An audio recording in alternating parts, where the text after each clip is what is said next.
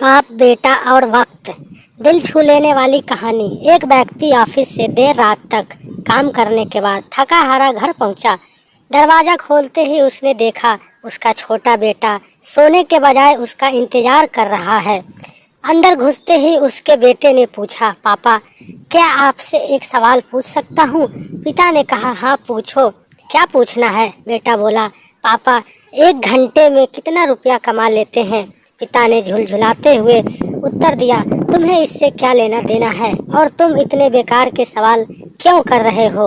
बेटा बहुत मासूमियत से बोला, पापा मैं तो सिर्फ ऐसे ही जानना चाहता था, बताइए ना कि आप 1 घंटे में कितना कमाते हैं। पिता ने गुस्से से उसकी तरफ देखते हुए कहा, नहीं बताऊंगा, तुम जाकर सो जाओ। यह सुनकर बेटा दुखी हो गया और वह अपने कमरे में चला गया। उसका पिता अभी भी गुस्से में था और सोच रहा था कि आखिर उसके बेटे ने ऐसा क्यों पूछा। कुछ समय बाद उसका गुस्सा शांत हुआ और वह अपने बेटे के कमरे में गया। क्या तुम सो गए? नहीं पापा, मैं सोच रहा था कि मैंने तुम्हें बेकार में ही डांट दिया। दरअसल दिन भर के काम से मैं बहुत थक गया था, इसीलिए तुम्हें सवाल का जवाब नहीं दे पाया। मुझे माफ कर दो। वैसे मैं 1 घंटा में 100 रुपए कमा लेता हूँ। बेटा खुशी से बोला, थैंक यू पापा। बेटा खुशी से उठकर अपने अलमारी की तरफ गया और वहां से अपने गुल्लक को निकाल कर उसे तोड़ दिया। फिर उस गुल्लक से ढेर सारे सिक्के निकाले और उसे गिनने लगा। सिक्के गिनने के बाद वह अपने पापा के पास आया और बोला, पापा मेरे पास यह 100 रुपए है, क्या मैं आपसे कल का 1 घंटा खरीद सकता हूँ?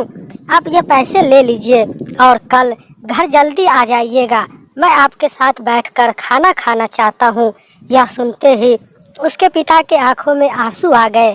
फिर उन्होंने बेटे को गले से लगा लिया और बोले, बेटा मैं हमेशा तुम्हारे साथ हूँ और हमेशा रहूँगा।